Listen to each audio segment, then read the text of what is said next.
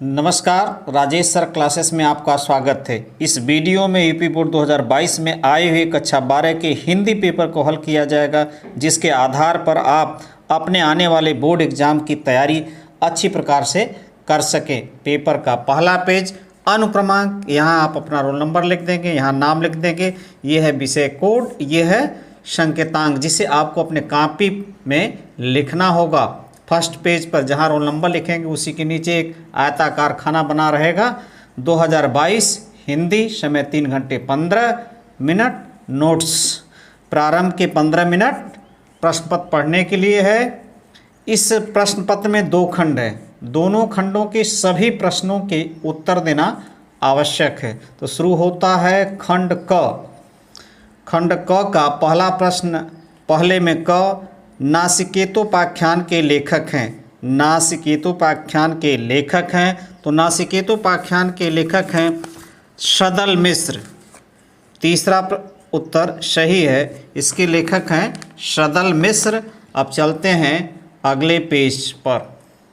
पहले का ख, भारतेंदु युग की पत्रिका है। 4 ऑप्शन दिए गए हैं और 1 नंबर का है। जो सही है वो अपनी कॉपी में आपको लिखना होगा। इसी प्रकार के प्रश्न आते हैं। तो इसका सही उत्तर है कवि वचन सुधा। और अगला है ग, तितली के लेखक हैं। तितली के लेखक हैं, ये भी 1 नंबर का है। 4 विकल्प हैं, अज्ञेय, श्याम सुंदर दास, जयशंकर प्रसाद, प्रेमचंद। तो इसका सही उत्तर है जयशंकर प्रसाद। अब अगला है घ, 1 नंबर का, ये भी है। भारत दुर्दशा रचना किसकी है? इसमें 4 विकल्प हैं, भारतेंदु हरिश्चंद्र, जयशंकर प्रसाद, प्रेमचंद, प्रताप नारायण मिश्र। तो इसका सही उत्तर है पहला, भारतेंदु हरिश्चंद्र। अगला है बाण भट्ट की आत्मकथा की रचना विधा अंग, ये भी 1 नंबर का है। बाण भट्ट की आत्मकथा की रचना किस विधा में है? कहानी है कि उपन्यास है, नाटक है कि एकांकी है? तो ये क्या है? उपन्यास है। अब चलते हैं अगले पेज, तीसरे पेज पर। तो देखिए तीसरे पेज पर दूसरा प्रश्न शुरू हो जा रहा है और ये भी ऑब्जेक्टिव ही है, 1 नंबर का। तो इसमें है आंसू के रचनाकार हैं महादेवी वर्मा, जयशंकर प्रसाद, सूर्यकांत त्रिपाठी निराला, राम कुमार वर्मा। तो इसका सही उत्तर है आंसू के रचनाकार हैं जयशंकर प्रसाद। तार सप्तक काव्य संकलन के संपादक, तो यहाँ पर भी 4 विकल्प दिए गए हैं, सुमित्रा नंदन पंत, नरेंद्र शर्मा, अज्ञेय, धर्मवीर भारती। तो इसका सही उत्तर है अज्ञेय। अगला प्रश्न है छायावाद युग की रचना। छायावाद युग की रचना, तो 4 विकल्प यहाँ भी दिए गए हैं, कामायनी, प्रियप्रवास, साकेत, वैदेही, वनवास। तो इसमें कामायनी ये छाया युग की रचना है जयशंकर प्रसाद की। अब चलते हैं अगले पेज 4 पर। दूसरे का घ, समकालीन कविता के प्रमुख कवि। समकालीन कविता के प्रमुख कवि, 4 विकल्प, मुक्तिबोध, भूषण, रहीम, धूमिल। तो इसका सही उत्तर है मुक्तिबोध। प्रमुख कवि कौन है? मुक्तिबोध। साकेत कृति की रचनाकार, बहुत महत्वपूर्ण प्रश्न है और ये आप सभी लोग जानते हैं कि साकेत कृति के रचनाकार हैं मैथिली शरण गुप्त जी। अब आता है अगला प्रश्न 10 नंबर का।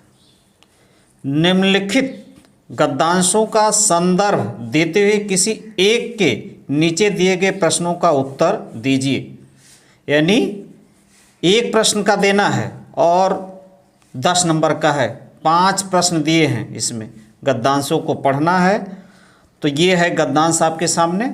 अब चलते हैं अगले पेज पर, 5वें पर। शेष गद्यांश इसमें है। जब तक सूर्य, वहाँ देखिए यहाँ, जब तक सूर्य की रश्मियाँ नित्य प्रातःकाल भुवन के अमृत से भर देती हैं। तो ये आप स्क्रीनशॉट ले सकते हैं। इसी प्रकार के प्रश्न आएंगे और इसको पढ़ करके आपको ये 5 प्रश्नों का उत्तर देना है। ये 5 प्रश्नों का उत्तर देना है। राष्ट्रीय जन का जीवन कब तक अमर है, लेखक ने जनजीवन के प्रवाह, ये सब प्रश्न हैं। आप पढ़ सकते हैं, देख सकते हैं कि किस प्रकार के प्रश्न आते हैं एग्जाम में। अब चलते हैं 6वें पेज पर। अथवा इस गद्यांश को पढ़िए और इस गद्यांश को पढ़िए, स्क्रीनशॉट ले सकते हैं। इसी प्रकार के प्रश्न आते हैं और इसके 5 प्रश्नों का उत्तर दीजिए। यानी तीसरा में अथवा है तो ये 5 प्रश्न, इसको गद्यांश को पढ़ने पर इन्हीं 5 प्रश्नों का उत्तर उसी आधार पर देना है। तो चलते हैं अब अगले पेज 7वें पर। तो देखिए अगला पेज 7वां जो आपके सामने है, तो ये आ गया 7वां पेज आपके सामने। चौथा प्रश्न 10 नंबर का है। नीचे दिए गए पद्यांशों पर आधारित प्रश्नों के उत्तर लिखिए। वहाँ गद्यांशों पर आधारित प्रश्नों का उत्तर था, यहाँ पद्यांशों पर। और ये भी देखिए 10 नंबर का ही है। तो ये आपके सामने पद्यांश है, ये आपके सामने पद्यांश हुआ और इस पर आधारित 5 प्रश्न, इस पर आधारित 5 प्रश्नों का उत्तर आपको देना है। कवि ने दुख की तुलना किससे की, यानी पद्यांश को पढ़िए और उसी आधार पर आप उत्तर दीजिए। अब चलते हैं अगले पेज 8वें पर। चौथे का अथवा वाला ही है, यानी इस पद्यांश को पढ़ना है और उसी आधार पर इन 5 प्रश्नों का आपको उत्तर देना है, जो कि 10 नंबर का है। एक प्रश्न 2-2 नंबर का है। अब आते हैं 5वें प्रश्न पर। यहाँ है निम्नलिखित में से किसी एक लेखक का जीवन परिचय देते हुए उनकी रचनाओं का उल्लेख कीजिए। यानी जीवन परिचय लिखना है और उनकी रचनाओं का उल्लेख करना है। ये है 5 नंबर का। जीवन परिचय पर 3, रचनाओं पर 2। अब यहाँ पर है ख इसी का, ये भी 5 नंबर का। निम्नलिखित कवियों, यहाँ लेखक यहाँ कवि, निम्नलिखित कवियों में से किसी एक कवि का साहित्यिक परिचय देते हुए उनकी रचनाओं का उल्लेख कीजिए। यहाँ पर भी 3 नाम दिए, यहाँ पर 3 नाम थे और यहाँ पर भी 3 नाम आपके सामने हैं। अब चलते हैं अगले पेज 9वें पर। तो देखिए 9वें पेज पर 6वां प्रश्न शुरू हो जाता है आपके सामने। पंचलाइट, पंचलाइट अथवा कर्नासा की हार कहानी का कथानक अपने शब्दों में लिखे। पंचलाइट अथवा कर्नासा, इस पंचलाइट का लिख दीजिए, नहीं आ रहा है तो कर्नासा का लिखिए, दोनों आ रहा है तब भी आपको एक ही लिखना है, याद रखिएगा। 5 नंबर का है। तो इसी प्रकार के प्रश्न आते हैं। अथवा बहादुर कहानी के प्रमुख पात्र का चरित्र चित्रण कीजिए। अब यहाँ पर है 7वां प्रश्न। स्वपठित खंड काव्य के आधार पर किसी एक खंड के प्रश्नों का उत्तर दीजिए। जो खंड काव्य आपको पढ़ाया गया है उसी का उत्तर देना, याद रखिएगा। जो आपके विद्यालय में आपके टीचर ने, आपके शिक्षक ने पढ़ाया है उसी का देना होगा, दूसरे का मत शुरू कर दीजिएगा। ये है रश्मिरथी के लिए है और ये है मुक्ति यज्ञ का है। यह करिए अथवा ये करिए। और कितने नंबर का है? 5 नंबर का। अब चलते हैं 10वें पेज पर। 7वां का ग सत्य की जीत खंड का पर ये या तो ये, और घ त्यागपथी ये या ये करना है जो पढ़ाया गया है आपको। और ये अंगा है ये या ये, और ये आपके सामने च श्रवण कुमार पर है, तो जो खंड का आपको पढ़ाया गया है उसी पर लिखना है। और चलते हैं 11वें पेज पर, और 11वें पेज पर शुरू हो जाता है आपका खंड ख, और प्रश्न संख्या क्या है? 8। अब ये खंड बदल गया। निम्नलिखित संस्कृत गद्यांशों में से किसी एक का हिंदी में ससंदर्भ अनुवाद कीजिए। यानी संदर्भ सहित अनुवाद करना है, संदर्भ सहित अनुवाद करना है। संदर्भ लिखिएगा तो 2 नंबर, अनुवाद कीजिएगा 5, 7 नंबर का। एक का करना है, ये क है आपके सामने, इसका करिए अथवा आप इसका करिए, ये आपके सामने। अब चलते हैं अगले पेज 12वें पर। यह अथवा का ही हिस्सा है, स्क्रीनशॉट ले सकते हैं। अब आते हैं ख पर, प्रश्न 8 का ख। तो देखिए इसमें क्या करना, निम्नलिखित संस्कृत श्लोकों का हिंदी में संदर्भ सहित अनुवाद कीजिए। निम्नलिखित संस्कृत श्लोकों का हिंदी में संदर्भ सहित अनुवाद कीजिए। संदर्भ सहित करना है, या तो आप ये करिए, इसका अनुवाद करिए, या तो ये करिए। कितने नंबर का है? 7 नंबर का है।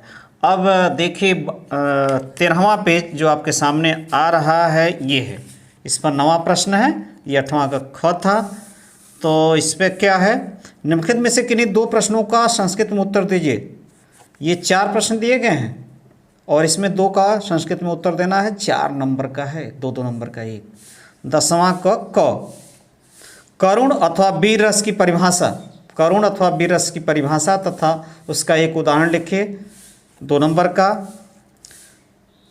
अनुप्रास या रूपक, इसमें से एक ही करना है, 1-1 नंबर का है, परिभाषा पर 1 नंबर, उदाहरण पर 1 नंबर। दोहा अथवा कुंडलिया, छंद की परिभाषा, ये या ये, परिभाषा पर 1 नंबर, उदाहरण पर 1 नंबर। अब देखते हैं 11वां प्रश्न जो आपके सामने है, और निम्नलिखित विषय में से किसी एक विषय पर निबंध लिखिए। ये आपके सामने 5 टॉपिक दिए गए हैं और इस पर कितने नंबर का, 9 नंबर का है, निबंध लिखना है। अब चलते हैं अगले पेज 14वें पर। 12 के क पावक का संधि विच्छेद विकल्प वाला है, लिखना जो सही लिखना, तो इसमें उत्तर सही है अ। पावक का संधि विच्छेद क्या हो, पौधन अक। अब दूसरा है 1 नंबर का है, 12 क का ये दूसरा, प्रेजते का संधि विच्छेद, तो इसका सही उत्तर है स। अब अगला है तीसरा, सच्छिता का संधि विच्छेद कीजिए, तो इसका संधि विच्छेद आप कीजिएगा अपने से। ख निम्नलिखित में से किसी एक पद का समास का नाम लिखिए। ये 3 पद दिए गए हैं और आपको समास लिखना है, इन सब का क्या लिखना है, समास। तो इसका समास होता है कर्मधारय समास, कर्मधारय समास। यथा एक ही का लिखना है, हम इसका भी बता देते हैं। अव्ययी समास क्या होता है, अव्ययी भाव समास, इसका भी अव्ययी भाव समास होता है। नीलगाय में कौन सा समास है, तो नीलगाय में कर्मधारय समास है, याद रखिएगा। अब चलते हैं 15वें पेज पर जो आपके सामने आ रहा है धीरे धीरे, ये 15वां पेज, और इस पर क्या है, 2 नंबर का है। तिश ठेम अथवा करिष्यामि किस धातु लकार पुरुष तथा वचन का है, ये लिख दीजिए, लिखिएगा।